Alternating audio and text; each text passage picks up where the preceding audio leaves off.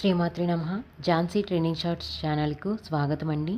మీరు కనుక మన ఛానల్ని మొదటిసారి చూస్తున్నట్లయితే ప్లీజ్ సబ్స్క్రైబ్ చేసుకోండి. ఈరోజే ఆషాఢ మంగళవారము.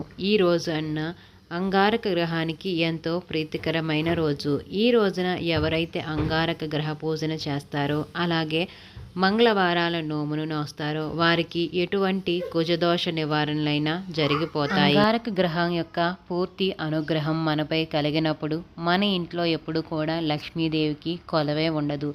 ఎటువంటి అనారోగ్య పరిస్థితులు కానీ మన ఇంట్లో తలెత్తవు. అద్భుతమైన లీలలు తెలిపే ఈ కథను గురించి మనం ఎవరికి చెప్పినా వినినా ఆ లక్ష్మీదేవి యొక్క పూర్తి కటాక్షం మనపై కలుగుతుంది. సిరి సంపదలకు కొదవ లేకుండా చూసుకుంటుంది.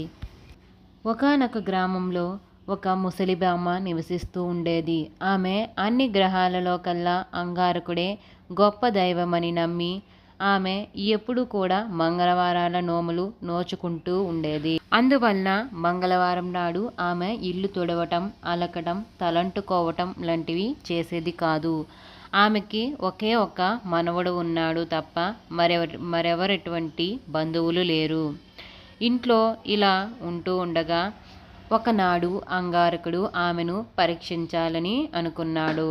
అందుకోసం అతను ఒక సాధు బ్రాహ్మణ వేషంలో వచ్చి తన ఇంటిలో ఒక మూలన ముగ్గు వేసి పెడితే అన్నం వండుకొని తింటానని చెబుతాడు.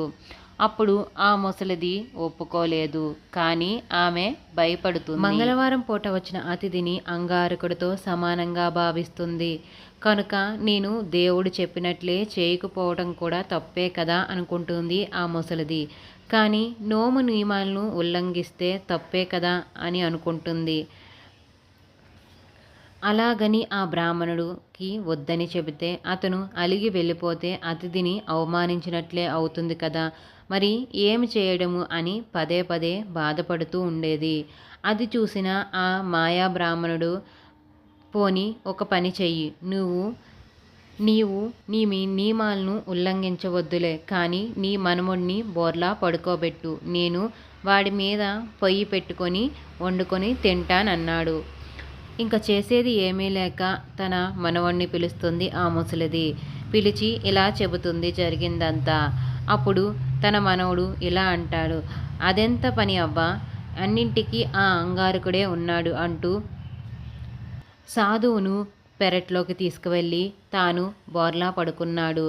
ఆ విప్రుడు ఆ కుర్రవాడి వీపు మీద పోయ వెలిగించి నిప్పు రాజేసి వంట వండుకున్నాడు. తదనంతరం పాత్రలోకి తీసుకొని విస్తరి వేసుకొని ఒంటరిగా భోజనం చేయుచున్నాడు. ఇంకొక మగవాడి కావాలని ఆ ముసలి అవ్వకు నీ మనవడిని పిలమన్నాడు. ఇంతట్లో ఆమె గొల్లున ఏడుస్తుంది.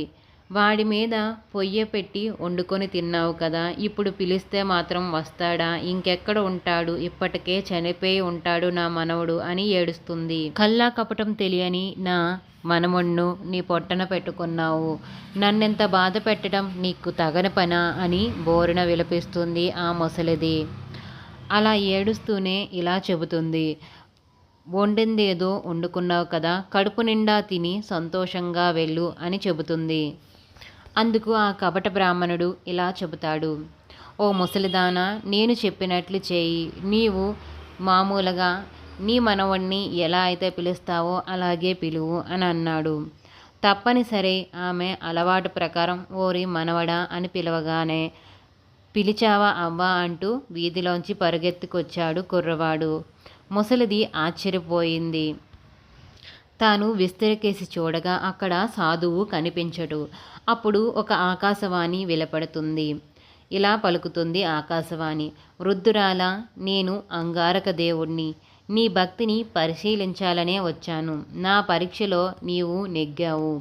ఇక నుంచి నీ మనవడు దినదిన ప్రవర్ధమానంగా పెరిగి సిరి సంపదలతో భోగభాగ్యాలతో వర్ధిల్లేలా నేను చేస్తాను అని చెబుతాడు. అప్పుడు ఆ ముసలిది తను చేసిన అంగారక పూజలకు ఆ అంగారక దేవుడు ఎంతగానో సంతృప్తి చెందాడని, తాను అడిగిన వరాలను ఇచ్చాడని ఎంతగానో సంతోషిస్తుంది. ప్రతి మంగళవారము ఈ కథను చెప్పుకోవటం వలన, అలాగే కాసిన్ని కందులను బ్రాహ్మణుడికి దానం ఇవ్వటం వలన అంగారకుడ జపం చేయటం అలాగే స్తోత్రాలు పఠించటం వలన అంగారక దేవుని సంపూర్ణ అనుగ్రహం లభిస్తుంది. ఈ వీడియో కనుక మీకు నచ్చినట్లయితే ప్లీజ్ ఒక లైక్ అయితే ఇవ్వండి. అలాగే మరిన్ని డివోషనల్ వీడియోస్ కోసం మన ఛానల్ని సబ్స్క్రైబ్ చేసుకోండి.